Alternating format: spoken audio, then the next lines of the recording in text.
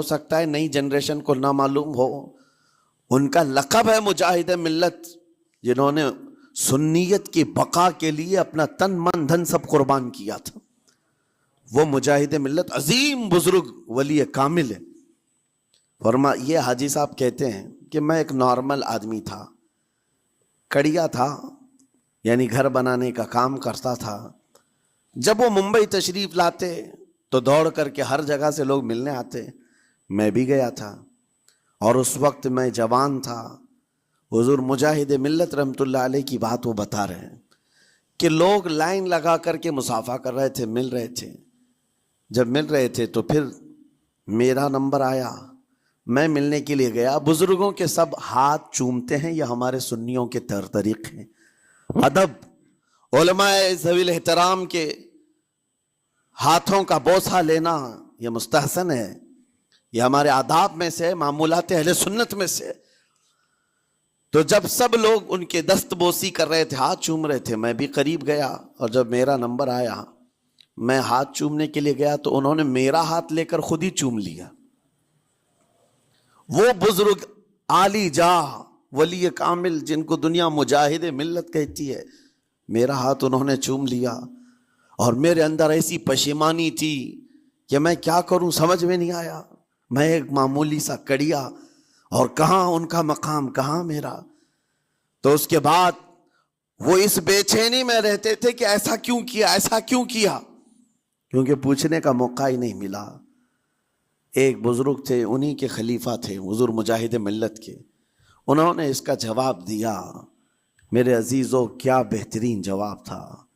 حضرت مجاہد ملت رحمت اللہ تعالی علیہ یہ چاہتے تھے کہ ہزاروں لوگ ہماری تعظیم کرتے ہیں تو کہیں ہمارے دماغ میں بادشاہت کا خیال نہ آئے، ہم غریب اور فقیر کا ہاتھ چوم کر اپنے نفس کی مخالفت بھی کرتے ہیں۔ اخلاق کریمانہ دکھانے کے لیے اسٹیٹس والوں کے ساتھ ہی نہیں، غربا فقراء کے ساتھ بھی وہ اخلاق ہوں۔ نبی کریم صلی اللہ تعالی علیہ وسلم کے وہ آداب آج اگر آپ اپنا لیں، بہت ساری کڑوی چیزیں ویسی ختم ہو جائیں۔ آج ممبئی کی سرزمین پر سب سے بڑا یہ چیلنج ہے بات کرنے میں، نوجوانوں کے تو آج پارے چڑھے ہوئے ہوتے ہیں، ان سے کوئی بھی بات کر لے، جس تیور میں یہ بات کرتے ہیں ایسا لگتا ہے کہ ابھی لڑائی ہو جائے گی، ابھی جھگڑا ہو جائے گا۔ اس کی عادت سی بن گئی ہے۔ آپ کو پتہ ہے فرمایا گیا، عربی کا قول ہے، جراحت السنان لها التیام ولا یلتام ما جرح اللسان۔ تلوار سے، چاقو سے دیا ہوا زخم سوکھ سکتا ہے، زبان سے دیا ہوا زخم کبھی نہیں سوکھتا۔ زبان سے دیا ہوا زخم نہیں سوکھتا۔ بولنے سے پہلے 1000 بار اس بات کو خیال ہونا چاہیے کہ میں جس کو بول رہا ہوں کہیں اس کا دل چھلنی تو نہیں ہو جائے۔ میری زبان یہ ہوتی 50 گرام کی چھوٹی زبان ہے، لیکن بولنے سے پہلے 1000 بار اس بات کو خیال ہونا چاہیے کہ میں جس کو بول رہا ہوں کہیں اس کا دل چھلنی تو نہیں ہو جائے۔ میری زبان یہ ہوتی 50 گرام کی چھوٹی زبان ہے، لیکن بڑے بڑے لوگوں کے کلیجے چیر کر رکھتی ہے، بڑے بڑے لوگوں کے دلوں میں سوراخ کر کے رکھتی ہے، زخمی کر کے رکھتی ہے اس کا استعمال۔ اسی لیے روایت میں ملتا ہے کہ جب انسان صبح کرتا ہے تو سارے اعضاء، ہاتھ، پیر، آنکھ، کان، ناک، سارے اعضاء سب سے پہلے زبان سے یہ عرض کرتے ہیں، اس کی پناہ مانگتے ہیں، کہتے ہیں آج تو صحیح سلامت رہے گی تو ہم سب صحیح سلامت رہیں گے، اور اگر تو پھسل گئی تو عذاب ہم پر بھی ہوگا۔ زبان بولتی ہے، مار کسی اور کو پڑتی ہے، کوئی زبان کو مارتا نہیں ہے، گالی زبان دیتی ہے، لیکن مار کبھی پیٹھ پہ پڑتی ہے، سر پہ پڑتی ہے، ہر جگہ پڑتی ہے۔ تو یہ زبان، نبی کریم صلی اللہ تعالی علیہ وسلم نے ارشاد فرمایا، من یضمن لی ما بین لحیتیہ وما بین، حضور پاک صلی اللہ تعالی علیہ وسلم فرماتے ہیں، جس نے 2 چیزوں کی ضمانت مجھے دے دی، حفاظت کی، میں اسے اضمن لہ الجنہ، میں اس کو جنت میں لے جانے کی ضمانت دیتا ہوں۔ 2 چیزیں کیا ہیں؟ حضور فرماتے ہیں، ایک 2 جبڑوں کے بیچ میں جو موجود زبان ہے اس کی حفاظت کر لے، اور 2 رانوں کے بیچ میں جو شرمگاہ ہے اس کی حفاظت کر لے۔ یہ 2 چیزیں جس نے بچا لیا، میں اس کو جنت میں لے جانے کی ذمہ داری دیتا ہوں، ضمانت دیتا ہوں۔ اس کا کتنا بڑا کردار ہے یہ زبان کا، کتنا بڑا کردار ہے.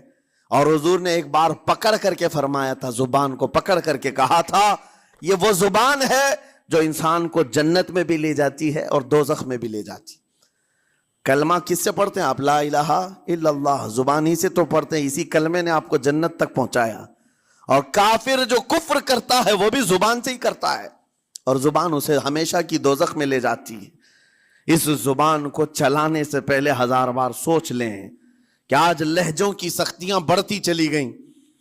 اور آپ کو پتا ہے قرآن پاک میں رب تعالیٰ نے یہ فرمایا, وَلَا تَقُلْ لَهُمَا اُفٍّ وَلَا تَنْهَرْهُمَا, والدین کے بارے میں بچوں کو کیا کہا گیا؟ ان کو اف تک نہ کہو.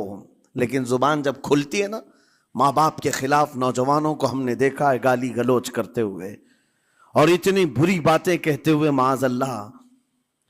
عزیزان گرامی وقار, حضور نے تو یہ فرمایا, جس نے پلٹ کر کے اپنے ماں اور باپ کو سخت لہجے میں بات کیا یا ان کی نافرمانی کی, حضور فرماتے ہیں میرا دل چاہتا ہے کہ اس کے گھر کو آگ لگا دوں, آگ لگا دوں.